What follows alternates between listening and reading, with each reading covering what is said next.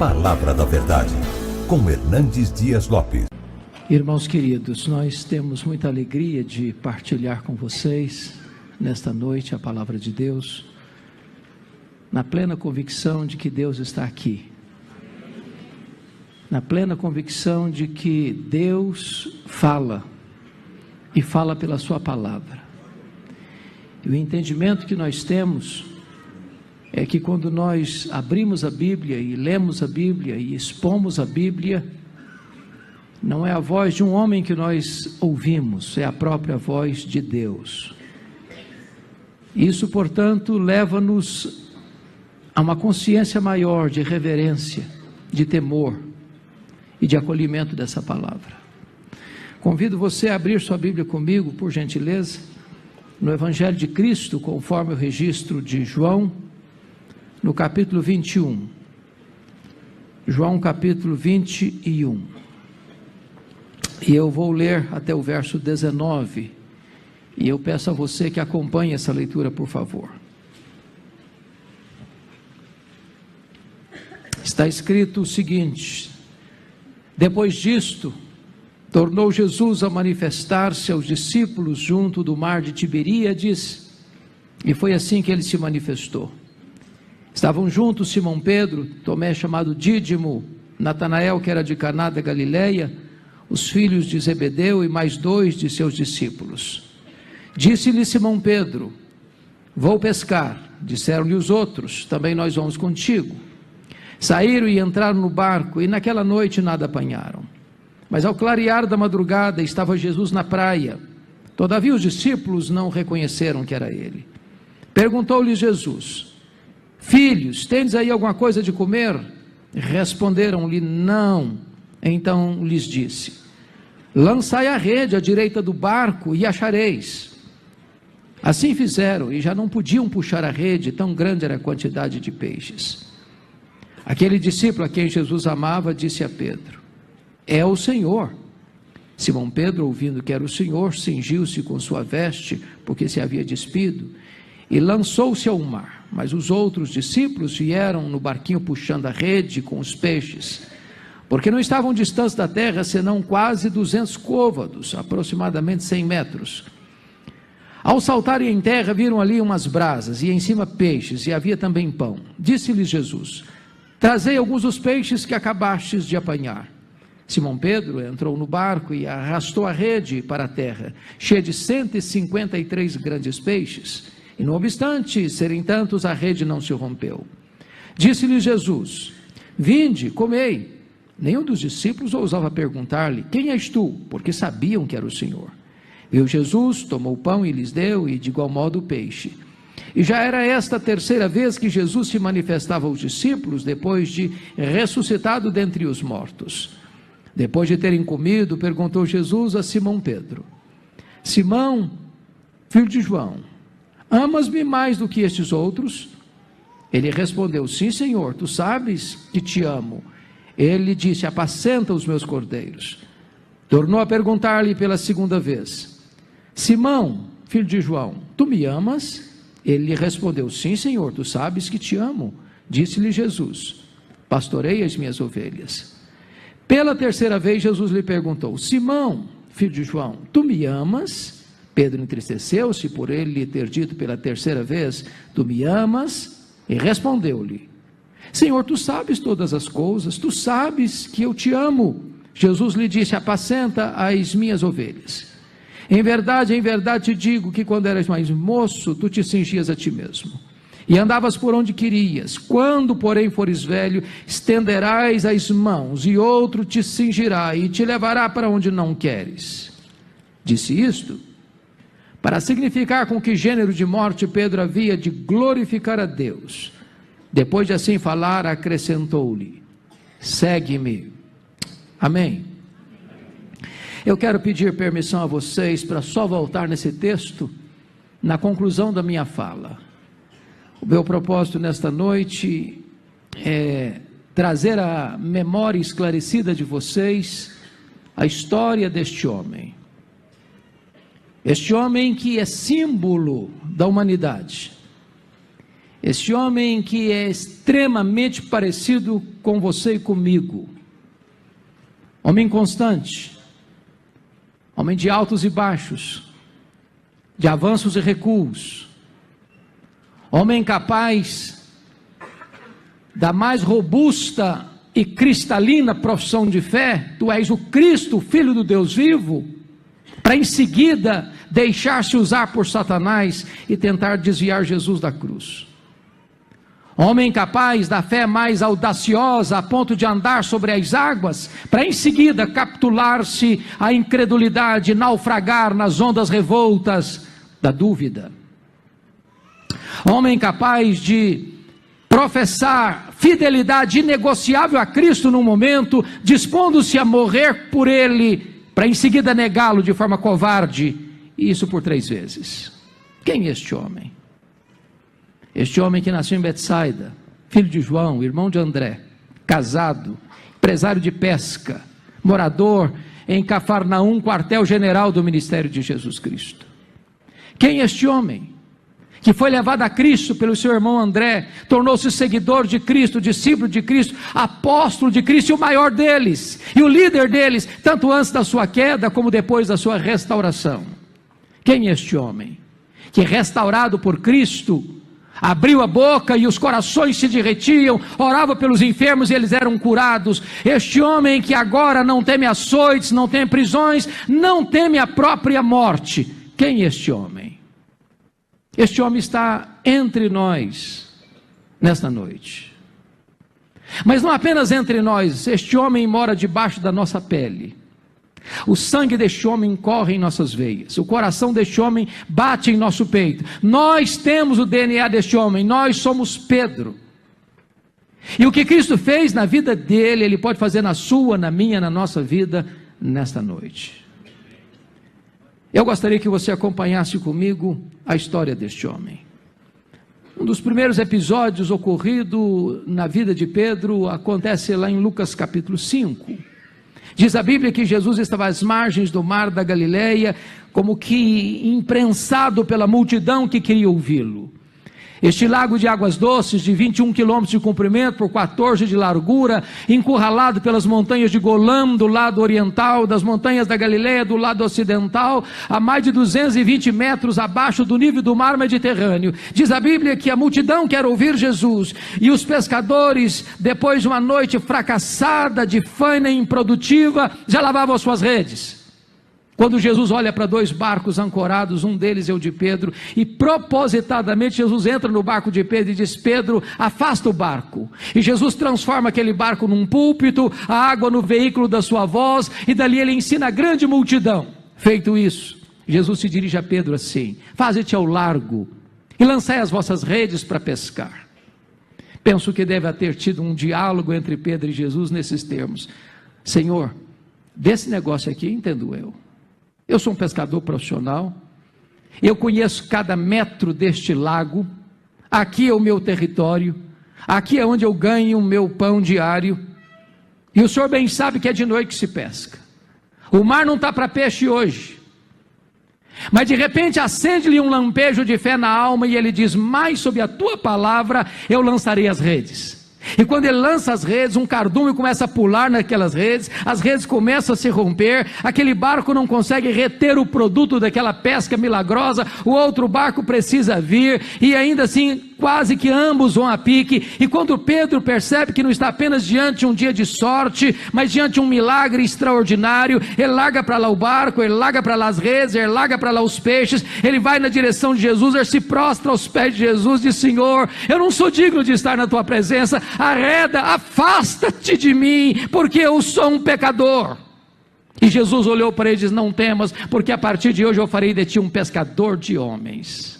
Naquele momento Pedro foi pescado pela rede da graça de Deus e tornou-se um seguidor de Cristo, mais tarde um discípulo de Cristo, e em seguida um apóstolo de Cristo, e ele acompanha Jesus, e ele escuta os ensinamentos de Jesus, e ele vê os milagres de Jesus. Os cegos veem, os coxos andam, os surdos ouvem, os mudos falam, e os paralíticos saltam, e os mortos ressuscitam. E diz a Bíblia que Pedro está completamente convencido de quem é este Jesus.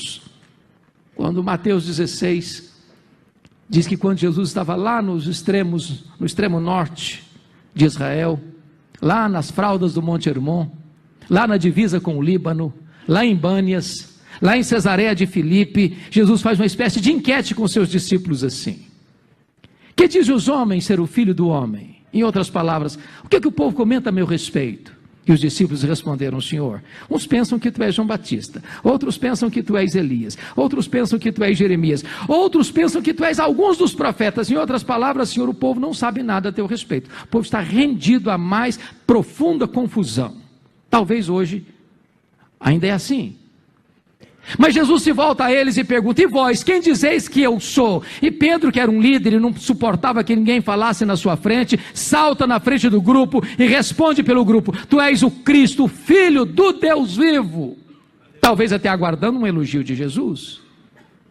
Mas não foi isso que Jesus lhe fez. Ele disse assim: bem-aventurado és, Simão Barjonas, porque não foi carne e sangue quem tu revelaram, mas o meu Pai que está nos céus. Em outras palavras, Jesus está dizendo o seguinte para ele: não pense você, Pedro, que você sabe quem eu sou, porque você é mais inteligente ou mais espiritual do que os outros. Você só sabe quem eu sou, Pedro, porque o Pai me revelou para você. Porque se o Pai não tivesse me revelado para você, como povo, você também não saberia quem eu sou. E eu também te digo que tu és Pedro, e sobre esta pedra edificarei a minha igreja, e as portas do inferno não prevalecerão contra ela. Está aqui em Mateus 16, 18, meus irmãos, um dos textos mais importantes da Bíblia, de cuja correta interpretação depende o futuro do cristianismo. Quem é essa pedra sobre a qual a igreja está edificada?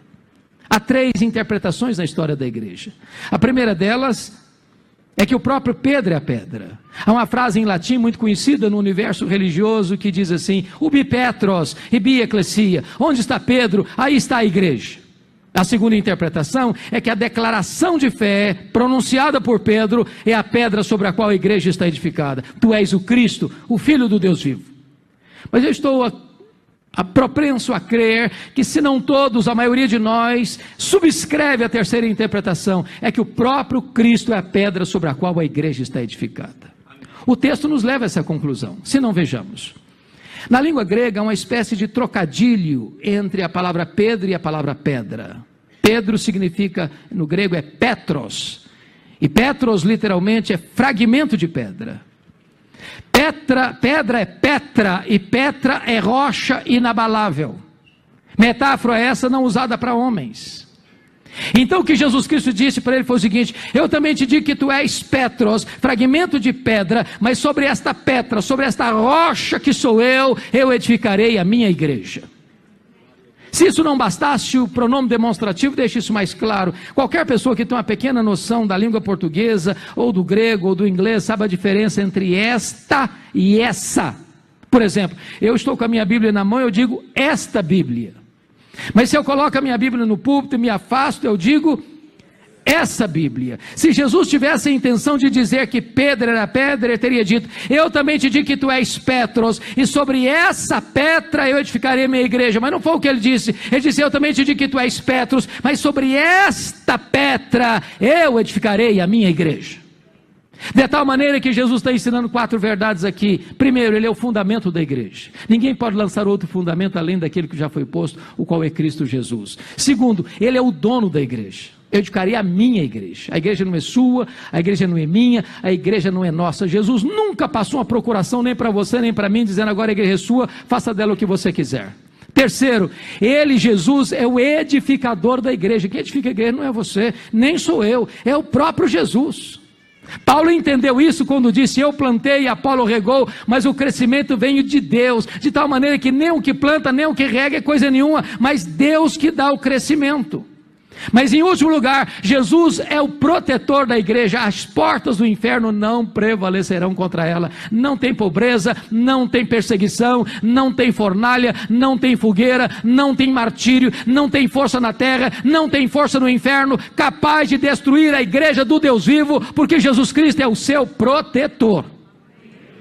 Diz a Escritura que depois que Jesus deixa claro para os seus discípulos quem ele é, ele passa para uma nova fase do seu discipulado, no seu ensino em Mateus 16.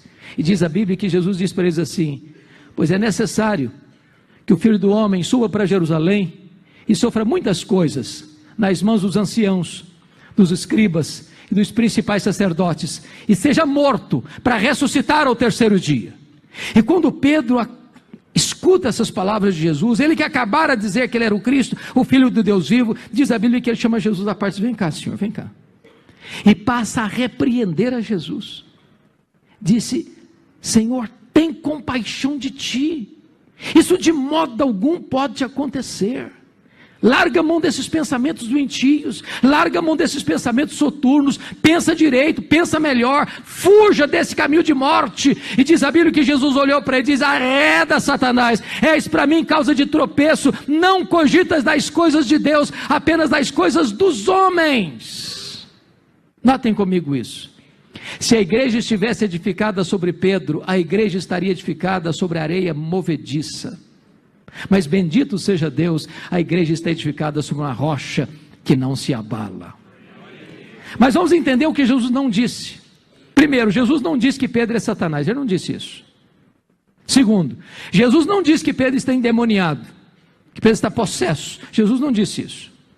Terceiro, Jesus não mandou Pedro arredar, Jesus mandou Satanás arredar. Aquele mesmo Satanás que fora derrotado lá no monte da tentação, está de volta agora, tentando induzir Pedro para levar Jesus ao caminho que é o caminho de fuga da cruz. Porque se não discernirmos isso, a gente diz: arreda Pedro, aí o Satanás fica. Não, Satanás arreda, Pedro fica. Pedro é discípulo, Pedro é apóstolo. Em Pedro Jesus vai continuar investindo, apesar das nossas quedas, apesar dos nossos fracassos, apesar dos nossos deslizes. Jesus não desiste de trabalhar em nós. 6 dias depois, diz a Bíblia, que Jesus sobe um alto monte para orar, e leva consigo Pedro, Tiago e João. Diz a tradução que esse monte é o Monte Tabor, outros pensam que é o Monte Hermon. Para nós não importa, porque nós não fazemos peregrinações a lugares sagrados, porque nós entendemos que Deus é Espírito, e importa que os seus adoradores o adorem em Espírito e em verdade. Mas Jesus leva consigo Pedro, Tiago e João, e Jesus ora, e eles dormem, porque o que dá prazer em Jesus dá cansaço neles. Mas no topo daquela montanha acontecem 4 milagres. Primeiro milagre: Jesus é transfigurado na presença deles. O rosto de Jesus brilha como o sol, as vestes de Jesus brilham como a luz. Segundo milagre: Moisés e Elias aparecem em glória, conversando com Jesus sobre a sua partida para Jerusalém. Terceiro milagre: uma nuvem luminosa os envolve. Quarto milagre: de dentro da nuvem surge uma voz divina dizendo: este é o meu filho, o meu eleito, a ele ouvi. Quando Pedro escuta e vê essas coisas, diz a Bíblia que ele disse para Jesus assim: ô mestre, bom estarmos aqui, vamos fazer 3 tendas? Uma vai ser tua, outra vai ser de Moisés, outra vai ser de Elias. Ele pensava que ele estava no controle da situação, mas a Bíblia diz que ele nem sabia o que estava falando. E por que não sabia o que estava falando? Porque estava falando uma bobagem. Naquele momento Pedro estava vendo milagres, mas estava desprovido de entendimento. Que entendimento? Primeiro, ele não entendeu a centralidade da pessoa de Jesus. Ele compara e equipara Jesus a Moisés e Elias, ao representante da lei, ao representante dos profetas. Mas Jesus não é apenas um grande homem, Jesus é o próprio Deus entre os homens. Ele é único, ele é singular, ele é incomparável. Segundo lugar, Pedro está vendo milagres, mas ele não discerne a centralidade da missão de Jesus. Eu pergunto a vocês, qual foi a pauta daquela reunião entre Moisés e Elias com Jesus naquele monte? Diz Lucas 9,31 que a pauta foi sobre a sua partida para Jerusalém. A palavra partida no grego aí é êxodos, de onde vem a nossa palavra portuguesa êxodo. Assim como o êxodo foi a libertação do povo de Israel da escravidão do Egito, a partida de Jesus para Jerusalém, para ir para a cruz, ali também seria o nosso êxodo, porque foi na cruz que Jesus rompeu as nossas cadeias, foi na cruz que Jesus abriu as portas da nossa escravidão, foi na cruz que Jesus nos tornou verdadeiramente livres. Diz a Bíblia que quando Jesus desce desse monte, ele cura o menino endemoniado, o devolve ao seu pai, e diz Lucas 9,43, que diante desse insólito milagre, todos se maravilhavam do quanto Deus fazia, inclusive os discípulos. Só que Jesus vê nisso uma sedução perigosa.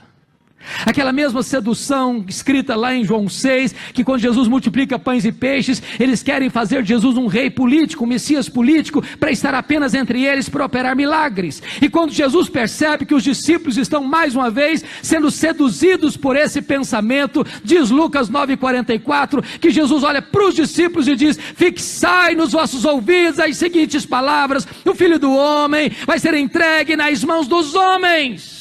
Sabe o que Jesus está querendo dizer com isso? Não pensem em vocês que eu vou mudar minha agenda. Não pensem em vocês que eu vou ficar entre vocês apenas como operador de milagres. Não pensem em vocês que eu vim ao mundo apenas para resolver os seus problemas imediatos, terrenos e temporais. Eu vim a este mundo para ir para a cruz, e é para a cruz que eu estou indo, porque é lá na cruz que eu vou quebrar as correntes de vocês. É lá na cruz que eu vou redimir vocês. É lá na cruz que eu vou decretar a libertação plena de vocês. Mas diz Lucas 9,45 que os discípulos não entenderam isso. Vendo milagres, mas não sabendo quem é Jesus, nem o que ele veio fazer. A partir de Lucas 9,51, Jesus começa a caminhar para Jerusalém. Todo mundo podia ver isso no rosto dele, até que ele chega em Jerusalém. A cidade de Jerusalém, na festa da Páscoa, quintuplicava a sua população. Quando ele está entrando pelo Monte das Oliveiras, as multidões vão clamando e cantando: Hosana, Hosana, bendito que vem em nome do Senhor. E ele vai descendo o Monte das Oliveiras, vai atravessando o Vale do Cedron, vai começando a subir as encostas do Monte Moriá. Lá está o templo majestoso, lá está a entrada da cidade. E diz Lucas que quando Jesus está entrando, ele começa a chorar. E o grego diz: chorava convulsivamente. Jesus chora, o povo canta. Mas por que Jesus chorou? Porque Jerusalém não aproveitou o tempo da sua visitação. Porque Jesus via profeticamente a cidade sendo esmagada pelos romanos, sendo destruída pelos romanos, os romanos entrando e destruindo o templo, incendiando a cidade e passando ao fio da espada milhares e promovendo a maior dispersão, a maior diáspora de todos os tempos, desde o ano 70 a 14 de maio de 1948. Depois que Jesus entrou, mais tarde, ele diz para Pedro e a João: vocês vão preparar para mim um lugar para que eu possa comer a Páscoa com vocês. E Pedro e João preparam o cenáculo. Jesus estava mergulhado na sombra da cruz. A mesa estava posta, o cordeiro assado, as ervas amargas, o pão sem fermento, todos assentados ao redor da mesa. E eu pergunto a vocês: qual foi o papo que rolou ao redor da mesa entre os discípulos? Eles conversavam assim: quem de nós é o maior? Quem de nós tem mais projeção? Quem de nós tem maior proeminência? Quem de nós ocupou uma posição mais alta no reino? Antenados no outro canal, porque Jesus já estava mergulhado na sombra da cruz. E quando Jesus percebe que eles estão desligados do sentimento daquele encontro, Jesus se levanta da mesa, os choca não com palavras, mas com atitudes, cingindo-se com a toalha, pegando uma bacia e começando a lavar os pés dos discípulos. Até que chegou em Pedro. Eu acho que o Pedro arregalou os olhos e perguntou assim: tu me lavarás os pés a mim? E Jesus olha para ele e disse: o que eu faço agora, tu não entendes, entendê-lo-ás depois. Aí o Pedro radicalizou. Diz: não, nunca me lavarás os pés, a mim não. Eu não permitirei que tu te humilhes a esse ponto. Eu não permitirei que tu te tornes um escravo. Os meus pés nunca lavarás.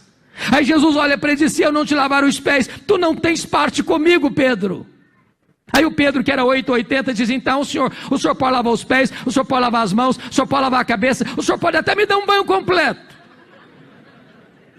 Aí Jesus: não, Pedro, agora é você que não está entendendo, você já está limpo, todos vocês estão limpos, exceto um, só precisa lavar os pés. O que Jesus quis dizer com isso? Pedro, você já passou pelo lavar regenerador do Espírito Santo. Isso acontece uma única vez na vida e nunca mais precisa se repetir. Mas aqueles que já foram regenerados precisam constantemente serem lavados pelo lavar purificador da santificação.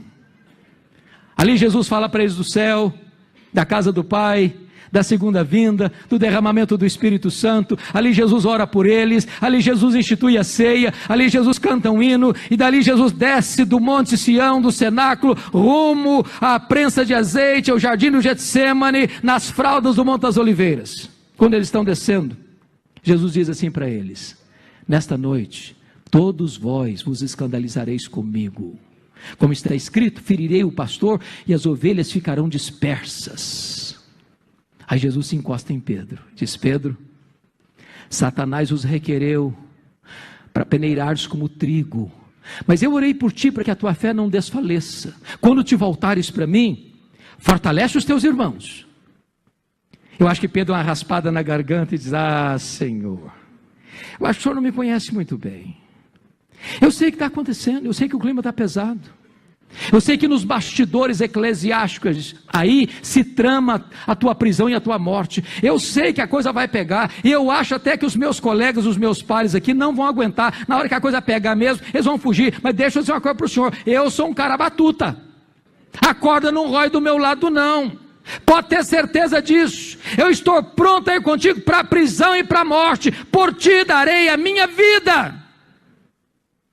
Aí Jesus olha para ele e diz: e em verdade te digo, Pedro, que nesta mesma noite, antes que o galo cante, tu me negarás 3 vezes.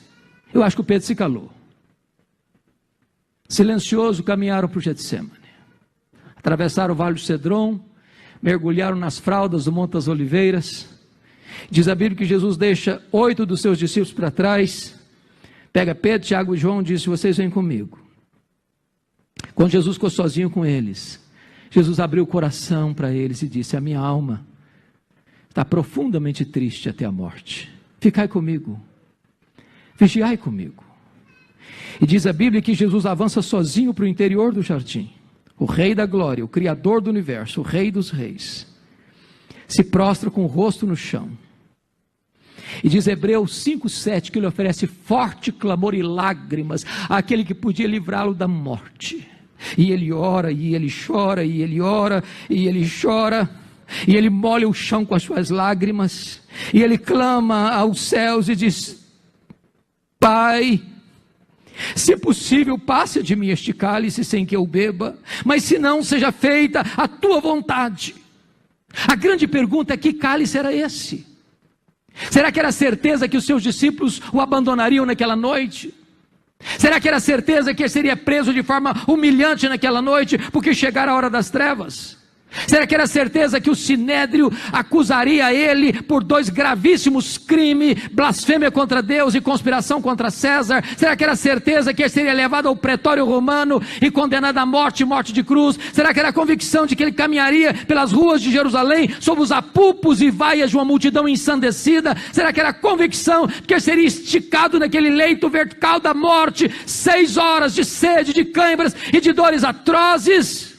E a resposta é 1000 vezes não. O que era este cálice? Este cálice era a santa ira de Deus, que devia cair sobre a sua cabeça, sobre a minha cabeça. Este cálice era o juízo de Deus sobre o pecado. Este cálice era a consciência de que, sendo ele o amado do Pai, gritaria daquela cruz: Deus meu, por que me desamparaste? Este cálice era a consciência de que Deus lançaria sobre ele a iniquidade de todos nós, que ele seria traspassado pelas nossas iniquidades, e agradaria ao Pai moê-lo naquela cruz. Quando ele se levanta da oração, vai para os discípulos, eles estão dormindo. E Jesus não acorda os 3, não, só acorda Pedro. Diz: Pedro, nem uma hora pudeste vigiar comigo? Vigiai e orai para que não entreis em tentação. O espírito está pronto, mas a carne é fraca. E Jesus volta a segunda vez e prostra com o rosto no chão, e ora e chora, e ora e chora, e ora e chora, e rega o chão com as suas lágrimas. Diz a Bíblia em Lucas que vem um anjo do céu e o consola. Quando ele volta para os discípulos, eles ainda estão dormindo. Diz a Escritura que Jesus volta a 3ª vez. Agora a luta é mais intensa, agora a batalha é mais renhida. É aqui, irmãos, que Jesus trava uma luta de sangrento suor pela nossa alma. É aqui que o inferno reúne toda a sua corja e joga em cima de Jesus todo o bafo de Satanás. É aqui que Jesus está angustiado, em outro lugar não. É aqui que ele trava a batalha. Se você perceber, quando Jesus se levanta desse 3º momento de oração, não tem mais angústia nele. Quando as pessoas vêm prendê-lo, armados até os dentes, ele quem se apresenta: a quem buscais? A Jesus, o Nazareno. Pois sou eu. Caíram por terra. A partir daqui, ele é levado ao sinédrio judaico, é cuspido e esbordoado, está firme como uma rocha. A partir daqui, ele é levado ao pretório romano, e surrado e condenado, e caminha para a cruz como um rei, caminha para a coroação. A partir daqui, ele caminha pelas ruas de Jerusalém, as mulheres choram, e ele pergunta: mas por que vocês estão chorando por mim? Chorai por vós mesmas e por vossos filhos. A partir daqui, ele é pregado naquela cruz, e transforma aquele patíbulo de dor num palco para a glória de Deus, e num instrumento para a nossa salvação. Quando ele se levanta os seus joelhos, os discípulos ainda estão dormindo. Aí dá uma balançada em todo mundo. Diz: ainda dormis e repousais, acordai, vamos-nos, o inimigo se aproxima. Quando Pedro abre os olhos, atabalhoadamente, a multidão está chegando, ele saca da sua espada, corta a orelha do mal, que Jesus: guarda essa espada, Pedro, se eu precisasse de ajuda, eu rogaria ao Pai, ele me mandaria mais de 12 legiões de anjos. Quantos são 12 legiões de anjos? 72 mil anjos. Naquela noite Jesus foi preso, não porque sucumbiu ao poder de Roma, não porque foi uma vítima indefesa da orquestração do sinédrio. Ele foi preso porque aquela era a hora das trevas, e para esta hora ele havia vindo ao mundo. Ele é preso e os discípulos dispersam, inclusive Pedro. Não tem coragem, se acovarda, vai seguindo de longe. Acompanhado de João, que era parentado do sacerdote, ele consegue ir lá, bem perto, entra no pátio da casa do sumo sacerdote, tem um braseiro, uma fogueira, ele fica bem perto, a noite está fria, quer se aquecer. Quando passa uma criada, olha para ele e diz assim: tu também estavas com ele. E diz Mateus 26:70 que Pedro negou Jesus diante de todos, dizendo assim: eu não sei o que dizes. Aí ele sai do pátio, vai para o alpendre, aí passa outra criada e comenta com as pessoas assim: aquele lá estava com ele. E diz Mateus 26:72 que Pedro agora nega com juramento, dizendo: eu não conheço esse homem. Daqui a pouco chegam alguns homens, talvez daqueles que prenderam Jesus, chegam bem perto de Pedro, olham para ele e dizem: sim, você estava com ele, esse modo galileu seu, esse sotaque nortista seu é indisfarçável, você é discípulo dele mesmo. E diz a Bíblia em Mateus 26:74 que agora Pedro começa a blasfemar, começa a falar impropério e negar a terceira vez: não, eu não sei quem é este homem, eu não conheço esse homem, eu juro que eu não conheço esse homem. E começa a falar impropérios e palavrões. Nesse momento, diz a Bíblia, o galo cantou para acordar-lhe a consciência, e Jesus cravou nele o seu olhar, e Pedro caiu em si, desatou a chorar, e saiu dali chorando amargamente, talvez chutando aquelas pedras no meio daqueles olivais naquela noite escura. Naquela noite Jesus foi cuspido e esbordoado no sinédrio. Pedro não estava lá. Sexta de manhã, o sinédrio se reúne para tentar dar legalidade à reunião ilegal da noite anterior e costurar contra Jesus duas graves acusações, e Pedro não está lá. De manhã Jesus é levado ao governador Pilatos, e Pilatos, contra a sua consciência, condena Jesus à morte, morte e cruz, e Pedro não está lá. Jesus sai carregando aquela cruz pelas ruas de Jerusalém. É outro Simão que precisa ajudar Jesus, porque Pedro não está lá. 9 horas da manhã, Jesus é pregado naquele leito vertical da morte, e Pedro não está lá. 6 horas de cãibra, de sede, de dores, e Pedro não está lá. 3 horas da tarde, Jesus entrega o seu espírito ao Pai e morre. Pedro não está lá, nem para lhe dar um sepultamento digno. Jesus é sepultado e Pedro não está lá. Passa o sábado, o silêncio da morte, e Pedro está trancado com medo dos judeus. Domingo de manhã, bem de madrugada, não é Pedro, são as mulheres que vão ao sepulcro. Quando chegam lá, uma surpresa: a pedra foi rolada, o túmulo está aberto, e elas entram dentro do túmulo, ele está vazio. Quando elas estão saindo, um anjo assentado em cima da pedra pergunta para elas: o que é que vocês vieram fazer aqui? Procurar entre os mortos aquele que está vivo. Ele não está mais aqui não, ele ressuscitou. E tem um recado aqui: ide dizer aos seus discípulos e a Pedro que ele irá diante de vós para Galiléia, lá o vereis, como ele vos disse. Ué, mas por que o nome de Pedro? Ele não era discípulo? É porque a essas alturas Jesus sabia que Pedro não se sentia mais discípulo. Pedro, Petros, fragmento de pedra, coisa nenhuma, é pó, apenas pó. Negou seu nome, negou sua fé, negou seu apostolado, negou o seu Senhor. Pedro desistiu de Jesus, mas Jesus não desistiu de Pedro. Jesus não desiste de você. Ele não abre mão da sua vida. Ele não abdica do direito que ele tem de ter você para ele. Agora eu imagino como é que foi essa jornada de Jerusalém para Galiléia, a pé, mais de 100 quilômetros. Eu acho que cada passada que Pedro dava era uma fisgada na alma, era uma martelada na consciência. E eu penso que ele devia pensar assim: olha, quando Jesus encontrar comigo, ele vai me quebrar todo, ele vai me arrebentar todo, ele vai botar o dedo no meu nariz e dizer que eu sou um fracassado, que eu sou um covarde, que eu sou um desertor, e eu sou mesmo. Quando ele chega na Galiléia, Jesus não está lá. Jesus não está lá. E aqui uma nota de rodapé: nós devíamos orar mais pelos líderes, e nós temos aqui muitos líderes. Sabem por quê, irmãos? Não tem líder neutro. Liderança é influência. Um líder é uma bênção ou é uma maldição. Pedro era um líder. Porque Pedro era um líder e disse: eu vou pescar. Os outros disseram: nós também vamos contigo. Mas o que significa eu vou pescar? Estou cansado, estressado, preciso fazer uma higiene mental? Não, claro que não. Preciso ganhar um dinheiro extra? Claro que não. Quando Pedro disse eu vou pescar, está dizendo o seguinte: fim de linha para mim, acabou meu sonho, acabou meu projeto, estou largando o ministério, acabou meu projeto de ser um seguidor de Cristo, eu estou deixando de lado o meu ministério, o meu trabalho, o meu apostolado, o meu ministério de andar com Jesus, de pregar o evangelho de Jesus, acabou meu sonho, acabou meu projeto, eu estou voltando ao passado, eu estou dando marcha ré, eu estou voltando às redes, eu estou voltando ao barco, eu estou voltando ao passado. Naquela noite, irmãos, eles não pegaram nenhum lambari, porque quando o homem se afasta de Deus, nem pescar consegue mais. O dia já está quase amanhecendo, eles já estão voltando a 100 metros da praia, as redes vazias e limpas, sem nada. Quando um personagem que eles não sabem quem é, só se vê uma silhueta, está andando lá na praia, 100 metros, eles estão chegando.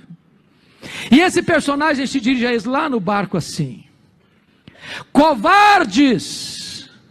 Foi assim? Não. Filhos,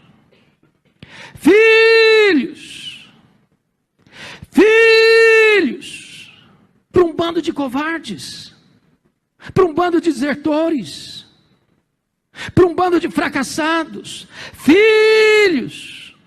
Tem nessa única palavra mais de uma tonelada de graça. Apesar dos nossos fracassos, apesar dos nossos delizes, apesar das nossas quedas, apesar da nossa negação, Ele ainda nos chama de filhos. Ele não desiste de nós, Ele nos procura para nos restaurar. E Ele pergunta: tendes aí alguma coisa de comer? É claro que Jesus não está buscando uma informação para si. Ele estava usando essa pergunta para acordar-lhes a consciência. E eles responderam: não.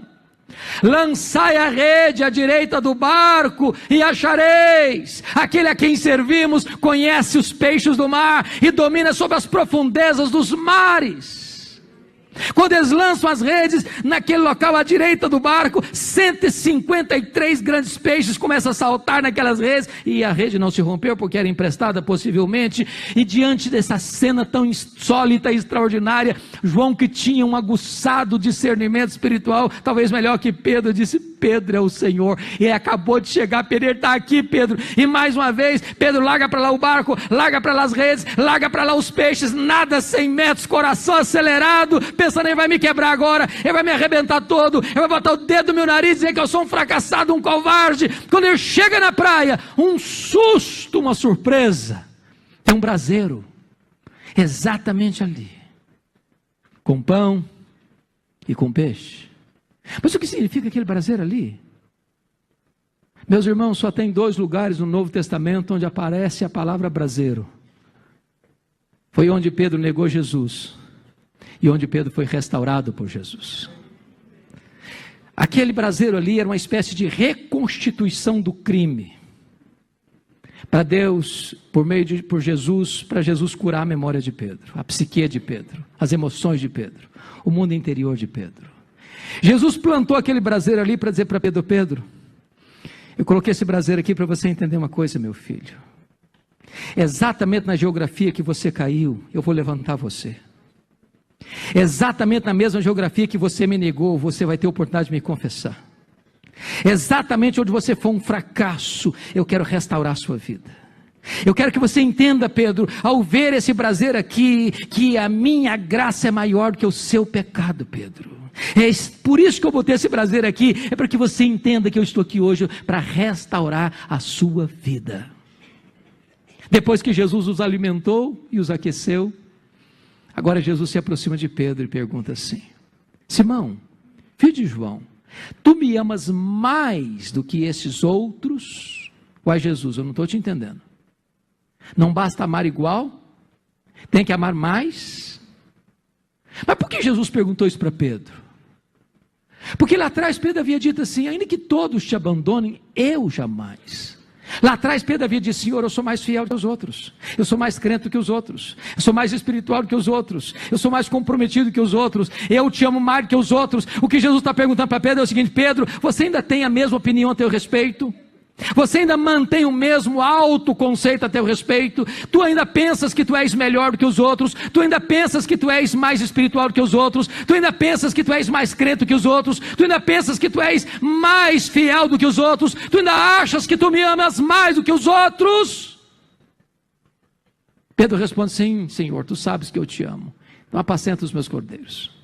Aí Jesus pergunta a segunda vez: Simão, filho de João, tu me amas? Agora não pergunta se ama mais não, só pergunta se ama. Sim, Senhor, tu sabes que eu te amo, então pastoreia as minhas ovelhas. Aí Jesus pergunta a terceira vez: Simão, filho de João, tu me amas? Aí ficou triste, terceira vez. Ah, Senhor, tu sabes todas as coisas, tu sabes que eu te amo, então apacenta as minhas ovelhas. Mas por que Jesus perguntou 3 vezes? Porque 3 vezes Pedro negara. Mas o que significa isso? O que Jesus está querendo dizer para Pedro é o seguinte: ô Pedro, eu estou lhe perguntando essas 3 vezes para você entender uma coisa. Para cada negação sua, Pedro, tem uma dose suficiente da graça de Deus para restaurar você. Você negou a primeira vez, Pedro? Tem graça para restaurar você. Você negou a segunda vez, Pedro? Tem graça para restaurar você. Você negou a terceira vez, Pedro? Tem graça para restaurar você. Ô Pedro, a minha graça é maior do que o seu pecado, Pedro. Talvez você hoje veio aqui para esse congresso, essa semana, e você veio para cá envergonhado. Você caiu em pecado, você caiu em adultério, você caiu em fornicação, você cometeu algo que entristeceu o coração de Deus e trouxe opróbrio para a sua vida. E talvez você veio para cá hoje pensando: meu Deus, como é que eu vou fazer? Não tem mais jeito, não tem mais cura, não tem mais alegria para minha alma, não tem mais restauração para minha vida. Eu quero dizer para você que hoje Jesus está aqui para restaurar você, porque a graça dele é maior do que o seu pecado, a graça suficiente para restaurar a sua vida nesta noite. Se fosse um jogo, me permitam, eu narraria esse jogo assim: quando Pedro negou Jesus a primeira vez, você está perdendo de 1-0, Pedro. Quando Pedro negou a segunda vez, você está perdendo 2-0, Pedro. Quando Pedro negou a terceira vez, você está perdendo de 3-0, Pedro. Aí Jesus pergunta: tu me amas? Sim, Senhor. 3-1, Pedro. Segunda vez: tu me amas? Sim, Senhor. 3-2, Pedro. Terceira vez: tu me amas? Sim, Senhor. 3-3, Pedro. Pedro, segue-me. 4-3 para a restauração, Pedro. Eu estou mudando o placar da sua vida, Pedro. Eu estou virando o jogo da sua história, Pedro. Eu estou mudando a sua sorte, Pedro. Eu estou alterando o cronograma da sua história, Pedro. Mas nota, irmãos, que há uma riqueza e beleza nesse texto no grego que não transpira e nem transborda para a língua portuguesa de forma tão clara. Porque nesse diálogo de Jesus com Pedro, 2 verbos distintos são usados para amor: o verbo agapau e o verbo filéu. O verbo agapau vem da palavra ágape, que é amor sacrificial, é amor que dá a vida pelo outro. Então, quando Jesus pergunta para Pedro a primeira vez, Jesus pergunta assim: Petros, agapas-me. Tu me amas com amor ágape, tu me amas a ponto de dares tua vida por mim, tu me amas a ponto de morreres por mim, tu estás pronto a dar tua vida por mim? Pedro não responde essa pergunta, como Jesus a fez. O que ele responde é mais ou menos o seguinte: ah, Senhor, amor ágape eu não tenho, coragem de morrer por ti eu não tenho, eu não estou preparado para dar minha vida por ti, eu apenas gosto de ti. E respondeu: Filo-se, filo-se. Jesus faz a segunda pergunta do mesmo jeito: Petros, agapas-me. Tu me amas com amor ágape, tu me amas a ponto de dares tua vida por mim, de morreres por mim? O que Pedro responde é mais ou menos isso: não, Senhor, amor ágape eu não tenho, eu não estou pronto a morrer por ti, eu não tenho coragem de morrer por ti, eu gosto de ti, filo-se. Por que Pedro ficou triste a terceira vez? Porque Jesus mudou a pergunta. Jesus passou a usar na terceira pergunta o mesmo verbo que Pedro estava usando nas duas respostas anteriores. Então Jesus pergunta para ele: Petros, fileis-me? Pelo menos tu gostas de mim? Pedro responde do mesmo jeito: filo-se, eu gosto do Senhor. O que significa isso para nós? Quando Pedro, confiando em si, prometeu a Jesus dar sua vida por ele, Pedro negou Jesus. Quando Pedro humildemente reconheceu que não tinha poder nele mesmo para morrer por Jesus, aí Jesus o capacitou a dar sua vida por ele. Mas notem, meus irmãos, que Jesus não está aqui apenas restaurando Pedro. Jesus está aqui restaurando o ministério de Pedro. Eu acho isso magnífico. Porque eu fico pensando, se você, colega pastor, você, colega presbítero, estivesse numa comissão de presbitério para a restauração de um ministro, o que nós faríamos? Talvez nós disséssemos assim para ele: olha, 1 ano de banco, você passar um pouquinho, refletir um pouquinho a sua vida. Ou talvez nós disséssemos: olha, eu vou te dar 10 livros de teologia para você ler, fazer um resumo e entregar uma resenha. Ou talvez nós disséssemos assim para ele: nós vamos escalar um psicólogo cristão para fazer um acompanhamento com você, você está com a cabeça meio confusa, está muito instável emocionalmente, para você melhorar o seu performance emocional. Mas Jesus não fez nada disso. A única exigência que Jesus Cristo fez para Pedro ser restaurado no ministério e apacentar e pastorear o rebanho de Deus foi amar o pastor das ovelhas. Se você ama Jesus, tem restauração para o seu ministério. E hoje talvez alguns vieram para esse encontro com o coração machucado, com o tanque vazio, como disse o pastor Jeremias ontem, com os 4 pneus furados, e talvez vocês: meu Deus, não tem mais jeito, eu já tentei de tudo, meu coração está vazio, meu ministério está seco, a minha alma está sedenta de cura, mas eu ainda estou doente. Eu quero dizer para você que Jesus está aqui para restaurar a sua vida e para restaurar o seu ministério.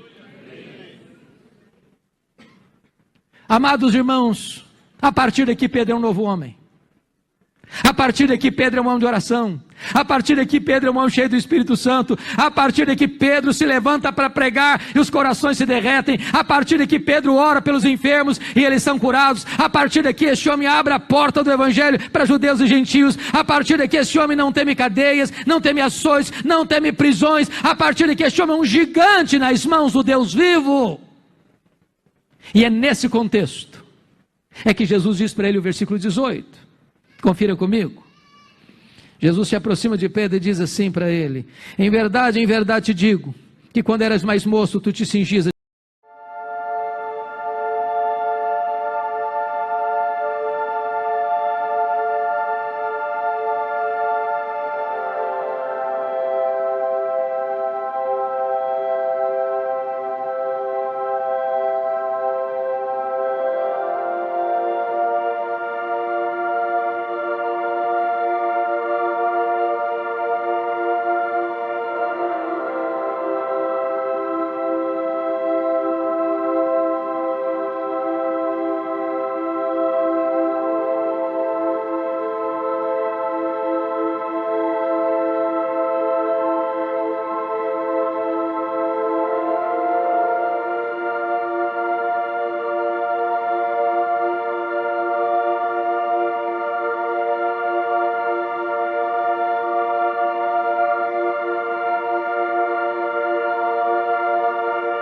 mesmo, e andavas por onde querias. Quando, porém, fores velho, estenderás as mãos, e outro te cingirá e te levará para onde não queres. O que Jesus quis dizer com isso? Jesus interpreta no verso 19. Disse isto para significar com que gênero de morte Pedro havia de glorificar a Deus. Todos vocês sabem, irmãos, o que aconteceu no dia 17 de julho do ano 64. Uma tragédia acontece no Império Romano. A capital do Império, a cidade de Roma, foi incendiada. E diz os historiadores que foi incendiada pelo próprio Nero, que sobe para o alto da torre de Mecenas, vestido de ator, tangendo a sua lira, assistindo de lá o espetáculo das chamas, lambendo a cidade 7 noites e 6 dias, de 17 de julho a 24 de julho. Quando o incêndio terminou, 70% da cidade estava destruída. Dos 14 bairros de Roma, 10 deles tinham sido destruídos. Os 4 bairros restantes, densamente povoados por judeus e cristãos, dão a Nero um álibi para botar a culpa do incêndio de Roma nos crentes. Começa um massacre, os crentes eram crucificados, os crentes eram colocados cheios de piche, amarrados nos postes para iluminar as noites de Roma. Um massacre, uma chacina. Nesse tempo, diz os historiadores, que 2 líderes da igreja foram presos, Paulo e Pedro.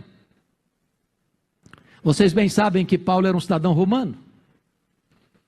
Se fosse hoje, tinha direito à cela especial. Mesmo sendo sentenciado à morte, recebe uma morte rápida. Ele foi degolado. E a espada tosa a cabeça, não tem mais sofrimento. Mas Pedro era um cidadão comum, e a pena capital no Império Romano para um cidadão comum era crucificação. Cessa o registro bíblico, a história nos toma pela mão, e dizem alguns historiadores que quando Pedro foi levado para a execução, ele disse para os seus algozes: crucifiquem-me, crucifiquem-me, mas eu não sou digno de morrer como meu Senhor, crucifiquem-me de cabeça para baixo. E com esse gênero de morte ele glorificou a Deus. Agora pasmem, foi depois que Jesus explicou para Pedro que ele seria crucificado na sua velhice, que Jesus disse para ele: segue-me, segue-me. Não é segue-me para o sucesso, não é segue-me para a riqueza, não é segue-me para os aplausos do mundo, não é segue-me para o glamour da sociedade, é segue-me para a morte, é segue-me para a cruz, é segue-me para o martírio, porque nós entendemos que no cristianismo a cruz precede a coroa, o sofrimento precede a glória, e que para um crente o que importa não é como ele morre, mas é como ele ressuscita. E eu quero concluir fazendo uma pergunta para mim, que deve fechar esse assunto. Como é que Pedro se sentiu no corredor da morte? Você e eu já assistimos cenas tristes, na atualidade, em países que têm pena capital, o drama que é um prisioneiro com a contagem regressiva, vê o dia se aproximando da sua execução. A angústia dele e da família. Como é que Pedro se sentiu no corredor da morte? Pois ele vai contar para nós o que ele sentiu. Eu quero que você abra sua Bíblia comigo e eu termino aqui. Na segunda carta de Pedro, capítulo 1, versos 14 e 15. Confira comigo, por favor. Chama a sua atenção para o fato de que tanto Paulo quanto Pedro reagiram da mesma maneira. Quando Paulo estava no corredor da morte, numa masmorra romana, saindo dali para o martírio, ele disse: já estou sendo oferecido por libação e o tempo da minha partida é chegado. Pedro vai dizer a mesma coisa. Olha comigo o verso 14, 2 de Pedro 1, 14. Certo, ele não tem dúvida não, certo que estou prestes a deixar o meu tabernáculo, ou seja, estou prestes a morrer, estou no corredor da morte, como efetivamente nosso Senhor Jesus Cristo me revelou. João 21, 18 e 19. Ou seja, a morte dele na cruz, como crucificado, foi uma profecia do próprio Jesus Cristo. Mas como é que ele se sente? Verso 15 diz: mas de minha parte, estou pensando em me aposentar. Não, não é isso que ele diz. Mas de minha parte estou pensando em fazer um levante contra Nero. Também não foi o que ele disse. Mas de minha parte estou pensando em fazer um levante para mostrar que eu sou inocente. Também não foi o que ele disse. Ele diz, mas de minha parte esforçar-me-ei diligentemente por fazer que a todo tempo, mesmo depois da minha partida, do meu êxodo, da minha morte, conserveis lembrança de tudo. Sabe o que ele está dizendo, irmãos? Eu vou morrer, mas a palavra de Deus vai continuar viva. Eu vou morrer, mas o meu ministério não vai acabar. Roma vai matar o pregador, mas Roma não pode matar a mensagem. Porque o que importa, irmãos, não é o pregador, é a pregação. O que importa não é o mensageiro, é a mensagem. O que importa não é o evangelista, é o evangelho. Nós tombamos, a obra de Deus continua. Nós morremos, a palavra de Deus continua viva e eterna e poderosa. Nem fogueira, nem fornalha, nem críticos, nem o ácido do inferno pode destruir a eterna palavra de Deus. Ela continuará operando, ela continuará ecoando, ela continuará realizando a sua obra. Se nós tombarmos, a obra de Deus prossegue. Esta palavra é viva, esta palavra é atual, esta palavra é eterna, esta palavra é invencível. Louvado seja o Senhor. Quando Ashbel Green Simonton estava morrendo em São Paulo, a sua irmã, debruçada sobre o seu leito, perguntou, meu irmão, o que acontecerá com a sua morte? O que vai acontecer com a igreja? E ele respondeu para ela, Deus levantará, minha irmã, outras pessoas para darem sequência a essa obra, e você e eu estamos aqui para darmos sequência a essa obra, porque o pregador morre, a palavra continua, o evangelista morre, a mensagem continua, e nós cremos nessa palavra viva. Por isso estamos aqui, e hora de nós fazermos diferença neste mundo, anunciando esta palavra viva do Deus vivo, esta palavra que nos prepara para a vida, esta palavra que nos prepara para a morte, esta palavra que nos prepara para a eternidade. Eu quero orar com você. Se você é um Pedro e você está aqui, se você veio para cá e precisa de cura, de restauração, porque você caiu, você fracassou num dado momento da sua vida, Deus está aqui, Jesus está aqui para restaurar a sua vida, para revestir você de poder, para que as melhores coisas que você já viveu até hoje sejam medidas mínimas do que Deus vai fazer na sua vida e através da sua vida daqui para frente. Se você pensou em desistir, Jesus está aqui para dar uma nova chance para você, uma nova oportunidade para você. Se você se sente envergonhado de você mesmo, Jesus está aqui para dizer, filho, filha, vamos começar de novo. Eu quero dar uma nova chance para você.